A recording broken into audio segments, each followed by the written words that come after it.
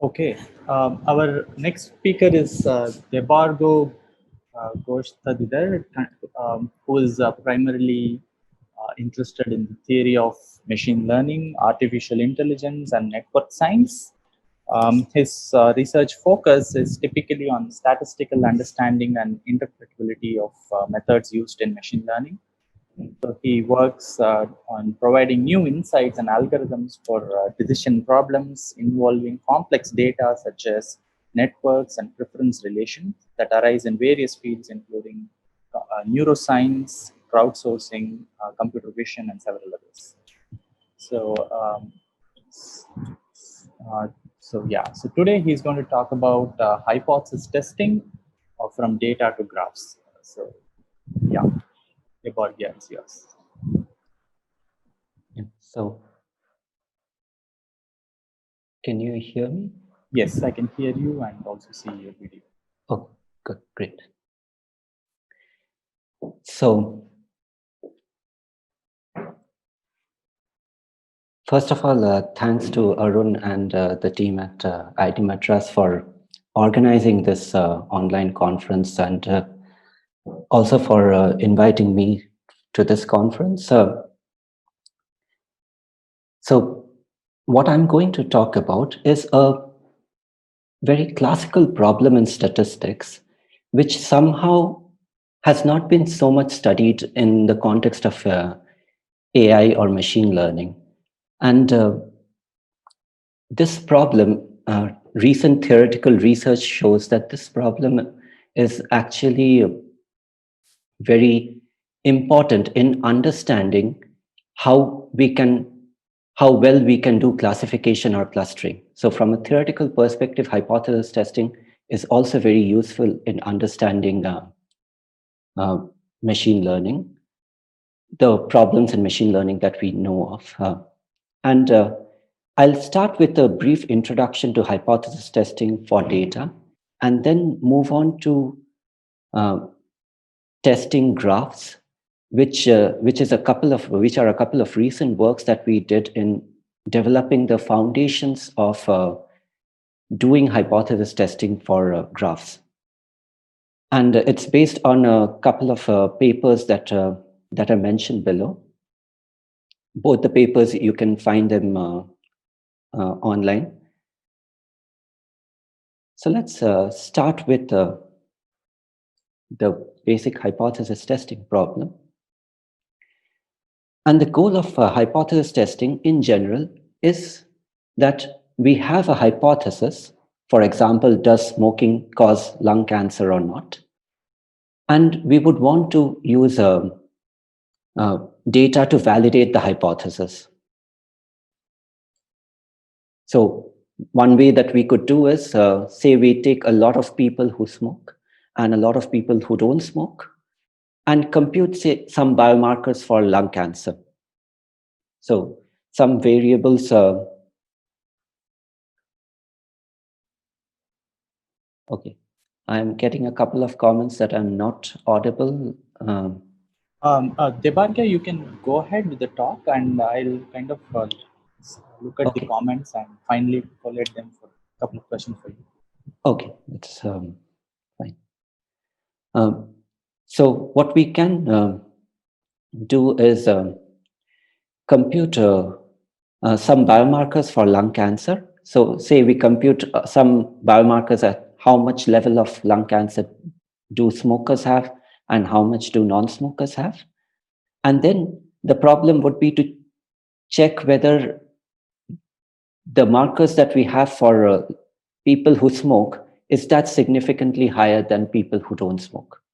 And if they are higher, we can say that smoking does cause lung cancer. So that's a basic hypothesis testing problem.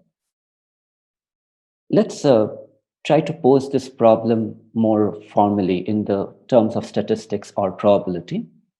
So the problem would be, we have two different laws, two different probability distributions. One probability distribution governs how the biomarkers would behave for smokers, and another governs how the biomarkers behave for non-smokers. And what we have from the samples that we collected, what we have is basically two sets of samples, one from the first distribution, another set from the second distribution. And the two sample problem, there is a particular kind of hypothesis testing problem. There are few other hypothesis testing problems as well, but we'll just focus on two sample problem in this talk, is that we want to use the data x1 to xm and y1 to ym, and we want to verify which of the following two hypotheses is correct. Are the models identical, or are the two probability distributions or models different? So that is the basic problem of hypothesis testing, put formally. And there are different methods to solve hypothesis testing, and they have been there for decades in statistics, some of which are taught in basic statistics courses. So here's one such test as to how we can solve the problem. What we can do is we can compute the sample means. X bar is the sample mean for the first population, and Y bar is a sample mean of the biomarkers from the second population, and also compute some sample covariance. And what one can show is that if the two models are equal, then as we have more and more number of samples, say in limit, if we have infinitely many observations, we have collected samples from millions of people, say, then what one can show is that this test statistic converges to some particular distribution if the two models are equal, whereas if the two models are not equal, then this test statistic goes to infinity.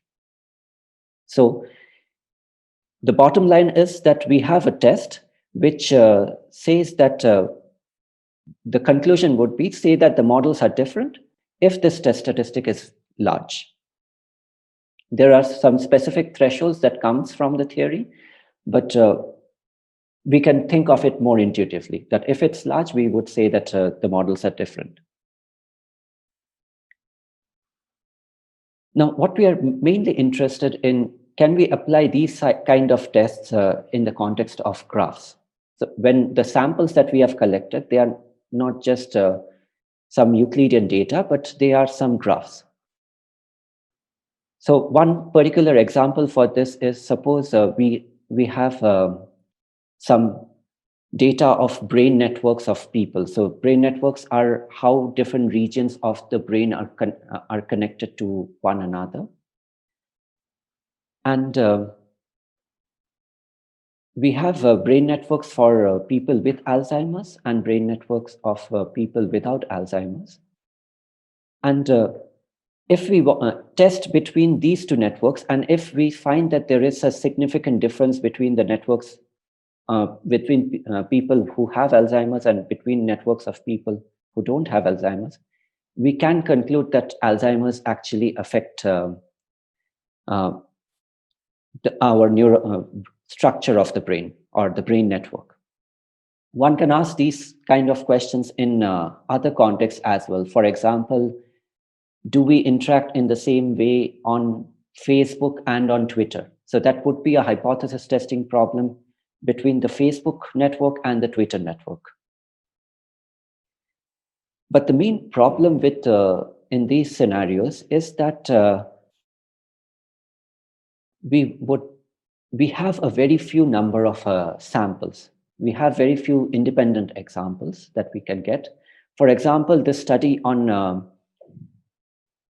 whether Alzheimer's affect brain networks, what they had was they had just 10 patients who had Alzheimer's and another 10 people who did not have Alzheimer's. So the sample size is 10. Think of what I said in the first few slides. We could collect, say, tens of thousands of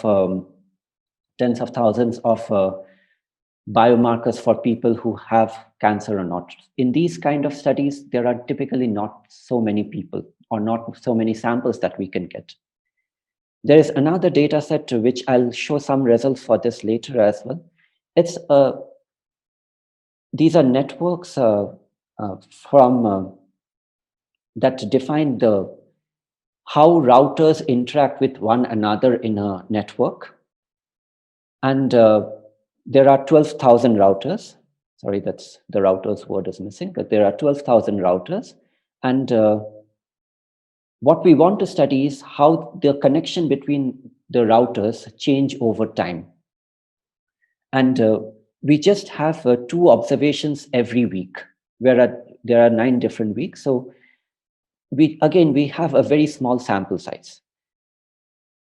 And the main problem with these problems, with these examples, is that the tests that are known classically, that are taught as part of basic statistics course, or what I even mentioned in the first few slides, they work only if we have very large number of samples.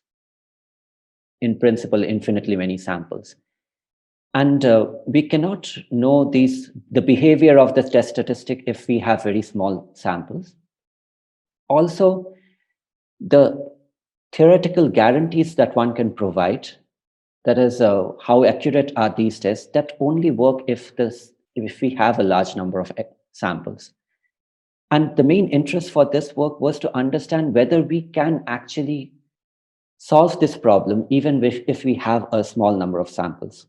Again, most of this talk is going to answer these mathematical questions, and the algorithms come as a byproduct of those questions, of those answers. A third challenge, and this is particularly very crucial, and this is very foundational as well and can be applied to other contexts of learning, is that suppose we have very large graphs, say we have Facebook and Twitter graphs, and say that everything else is similar, but the 2 graphs are different only at one node. Say there's only just one person who behaves differently on Facebook and on Twitter. It's very hard to just detect that one person out of a large graph. And so very hard to say that these 2 models are different. So we need to modify the problem. And that's a question that we always need to think of in machine learning. Can we pose a problem that we can solve, or whether the question that we are asking that is not solvable at all? So here we need to modify the problem and ask whether the models are identical or they are highly different. So what does highly different mean? It means that with respect to some distance, the 2 distributions are very far apart. And there are different questions that come out of it. How should we measure the distance? And so on. And what we do in this talk, or in these works, is that we'll consider a simple graph model, which is simple, yet it's complicated enough to approximate several kinds of graphs as well. So what we are going to assume is all the graphs are on a common set of vertices. So we have n people who are interacting, and all the graphs are based on these n people. And for the models, we assume a class of models which are known as inhomogeneous Erdős-Rényi model, which says that all the edges, all the connections that happen, they are independent. For example, if I connect to Arun and Arun connects to someone else, those are independent events, which is not very practical, but again, it's useful for theoretical analysis. And the model is that the 2 models are defined as follows. So for every model, there is a parameter matrix P, such that each entry of this matrix defines the probability that 2 nodes I and J connect to each other. Similarly, for the second model, we have another parameter matrices. And now the hypothesis testing problem is that given random graphs generated using these models, test whether the 2 parameter matrices or the 2 models are equal or they are very different. And this is how a classical test would work in this scenario. This is similar to the test that I mentioned in the first few slides. What we would do is we would sort of compute a sample mean. So in other words, what we are trying to do is we would estimate these parameter matrices. P hat and Q hat are these estimates from the two different populations that we have. And then we compute a test statistics based on the difference of the parameter matrices. There are several other terms like these weights. I won't go into details about them. They are there for technical reasons, but you can just think of it. I'll just cover the key terms that are important. So what we are doing is we are estimating these parameter matrices and we are taking the difference of them. And we are computing a test statistic based on that. And theoretically, what one can show is that this test statistic goes to infinity. If the two models are equal, then this test statistic asymptotically behaves as something called a chi-square random variable. It's a particular probability distribution. As the sample size goes to infinity, as we have infinitely many samples. Whereas if the two models are not equal, then this test statistic blows up to infinity. It's similar to what we had in the Euclidean case as well. And that's based on this, we have a test which says that, say that the models are different if the test statistic is very large. And one can theoretically show that this kind of test is highly accurate if we have a large sample size, if we have a lot of graphs. But that's the main problem. We don't have a lot of graphs. We are in the setup where we have small number of graphs. So let's see how this test works if we have a very small number of graphs. So here's a particular toy example. The second and the third group that we have, they are actually graphs of same type. So you can see that there are two communities and there are many connections between the communities and few connections that go from one community to another. And that's same for all the graphs. But in this case, the test statistic gives out a value of 23.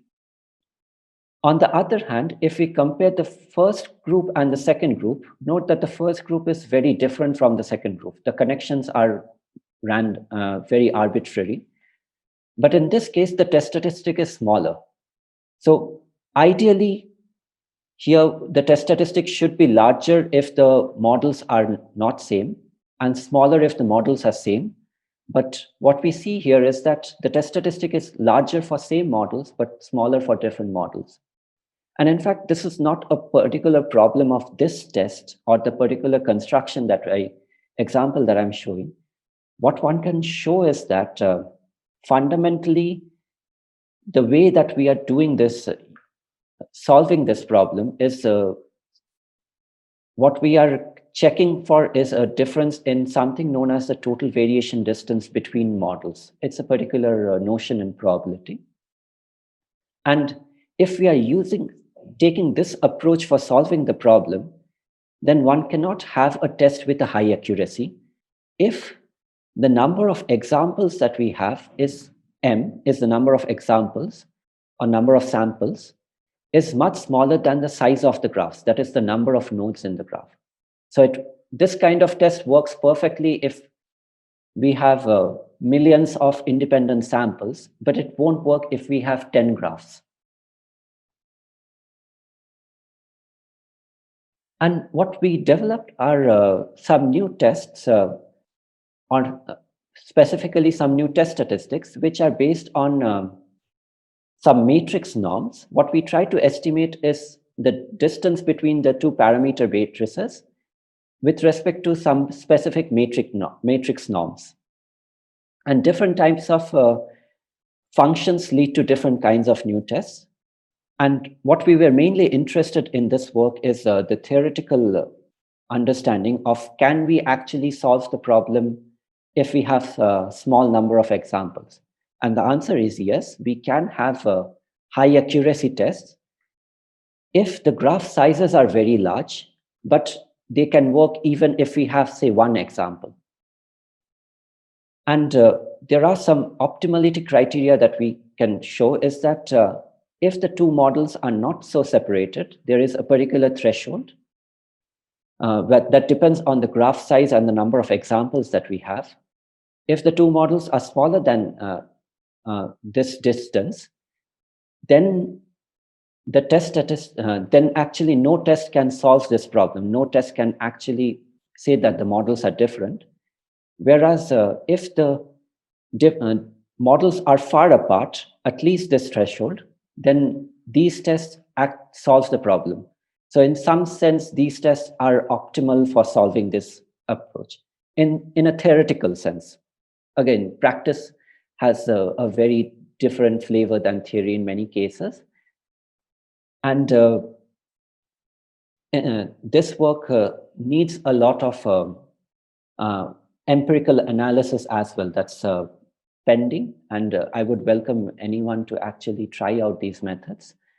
So here is one particular test that we have developed. I'll just give some basic understanding and skip the details. So what we do is, and this test works I mean, the example that I'm going to show works with only one sample as well, but it can be extended to more number of samples. So given two graphs, G and H, what we do is we compute the difference of the adjacency matrices and then rescale this matrix. Some operations go in between, and then compute something known as a spectral norm of a matrix. And these are very fundamental tools in linear algebra. And we just use these simple tools to construct a test statistic. And what one can show is that now, instead of, we don't have many examples, we just have graphs that are very large. So as the size of the graphs go to infinity, what one can show is that the test statistic asymptotically follows something known as a Tracy-Widom law if the two models are identical. So Tracy-Widom law is a particular kind of distribution that's studied in random matrix theory. And if the two models are identical asymptotically for large graphs, the test statistic has the Tracy-Widom law, whereas if the two models are very different, then the test statistic goes up to infinity. So this gives us a test again, which says that, say the models are different if the test statistics is large. And the nice result is that this kind of a test has high accuracy for large graphs, but has no I mean, we could even have only one sample as in the case that we mentioned here. So we need large graphs so we can test between large networks, but we don't need several repeated observations from each distribution. And we can apply it in practical scenarios. So this is the data set for of how 12,000 routers interact over a period of 9 weeks. And for each week, we just have 2 observations. And the plots are that of p-values. I'm not going to go into the details, but the color code is that if it's more yellow, then this test says that the graphs are more similar. Whereas if it's more blue, then the test says that the graphs are more different, are highly different. And what the results say is that as the difference between the weeks grow, then the graphs that we observe in different weeks, they become more and more different. So between the first and second weeks, the graphs networks are not so different. But when it goes to week 9, it's very different from week 1. And again, this is just an example that we have for one kind of data, and a lot of other empirical analysis and empirical study can be done on this. If you're interested, you can use our implementations and try out new things. And I think that one can develop more practical approaches and better approaches for this kind of problems. And with this, I will conclude with some perspectives, mainly from a theoretical point of view. And what are the kind of intuitions about applications that we get from theory? Note that in machine learning nowadays, we have a lot of problems where we have an enormous amount of data. But that's not the case for all machine learning problems or all problems where data science or machine learning is applied. So, for example, in computational neuroscience or in other fields of biology, we have problems where we have a few number of examples. We have to learn from a limited number of examples. And in these cases, the problem is that if we don't pose the problem correctly, they may become unsolvable. That is, whatever we are going to say, we may be wrong. So it's very important to pose the mathematical problem correctly, which there is another side of saying the same statement is that whatever classical methods that we know of, the moment we don't have enough number of examples, we should not blindly apply classical methods because they are known to work if we have a lot of data. But if we don't have enough data, we need new perspectives towards how we can solve the problem. And that also leads to new techniques. And with that, I would conclude and give a couple of open directions that we are currently looking at, particularly in the context of graph testing. A more practical problem is, for example, if we think of Facebook and Twitter, the sizes of the graphs are different because there are different people who are on Facebook and another set of people who are on Twitter. So it's how can we compare these kind of networks? And we had some results related to this. Obviously, we cannot directly compare the graphs, but we need to compare some particular properties of the network, say degree distribution or other properties. And one can do it to some extent, but there are obviously limitations to this. And currently, we are trying to use the theory of infinite graphs or graphons to also tackle the same problem and trying to see how well we can solve this problem theoretically, and again, see what can be the practical tools that come out of the theory. So with that, I'll conclude. Thanks a lot. Thanks a lot, Debarghya. Maybe some questions. I mean, by the way, if there are questions in the panel, please feel free to unmute. Yes, I'll over the next few minutes, I'll go through the questions that were asked, and I'll try to answer them whenever I can. Sure. Maybe I've kind of collated one or two questions. Maybe you can answer them now, and you can answer the others by typing them on the boxes. Yeah, here is one. So this is general question. So what happens to these results when these graphs, when these probabilities have some structure? For instance, if you think of things like stochastic block models or things like that, right? So do things change there, or how does it work? So currently we don't have assume any structure, but it's very interesting that the impossibility results that we have, they also work for stochastic block models. So if we take very simple graph models, say, for example, Erdős-Rényi graphs, where all the probabilities are same, then we can do much better. But the moment it is anything complicated than Erdős-Rényi, the results that we have, it doesn't lead to more, the problem becomes the same. Okay. So assuming stochastic block model is not going to simplify the problem any further. That's the bottom line. Okay, thanks. One more question from the audience. So what happens when you have multiple graphs, more than two? How do these things extend in that case? Could you repeat the question once more? It Sure. was not clear to me. Sure. So, what happens when you have more than two graphs? Can you say something in those cases as well, like how you extend the corresponding t-test to multiple random variables? Yes, one can do that, and there are different ways to do this. I think I have one slide. So this is again, previously I mentioned for where we have just two graphs.